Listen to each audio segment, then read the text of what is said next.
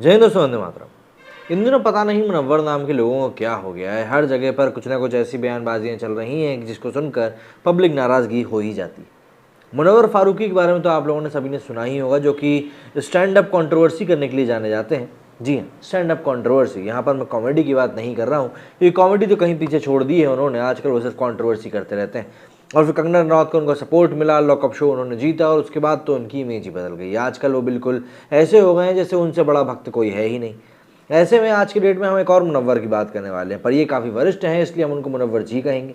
पूरा नाम लिखते हैं मुनव्वर राणा और माँ के ऊपर किए गए शेरों के लिए खूब ज़्यादा जाने जाते हैं कि मैं घर में सबसे छोटा था तो मेरे हिस्से में माँ आई। इस तरह की शेर व शायरी आपने मुनव्वर राणा के मंच से कई बार सुनी होगी।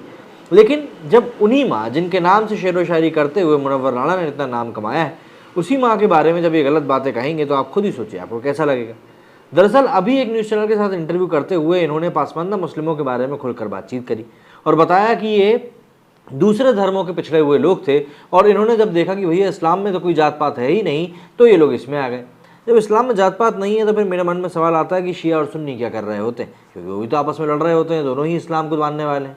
पर ठीक है, सबकी अपनी अपनी मान्यताएं होती हैं। मुनव्वर राणा भी उसी चश्मे को लगाते हैं जिस चश्मे से वही दिखता है जो वो खुद देखना चाहते हैं, और वो दूसरी चीज़ें नहीं दिखती जो कि उनके एजेंडा से बाहर की रहती है।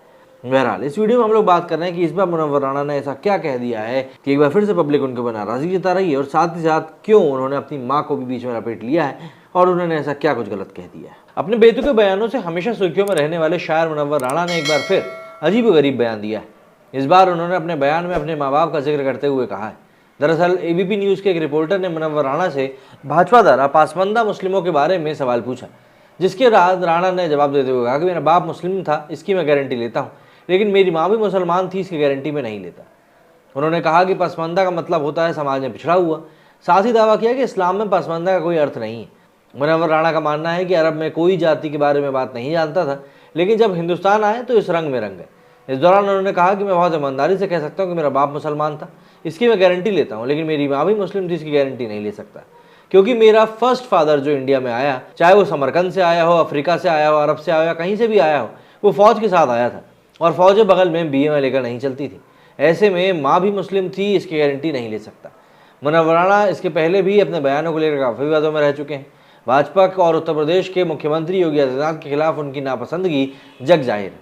उत्तर प्रदेश विधानसभा के इलेक्शन के लिए उन्होंने वोटिंग से पहले पलायन का राग आलाप दिया था। उन्होंने कहा था कि अगर उत्तर प्रदेश में योगी आदित्यनाथ की सरकार दोबारा बनी तो वो उत्तर प्रदेश छोड़ देंगे।